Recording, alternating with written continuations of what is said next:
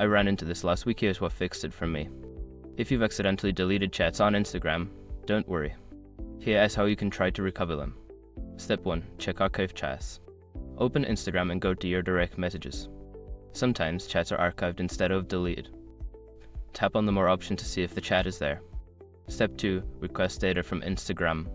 Before starting recovery, use the srock.com link in the description to open the account recovery checklist generator and make sure your verification details are ready. Step 3. Check your email. Once you receive the email from Instagram, download the data file. Open it and look for the messages folder.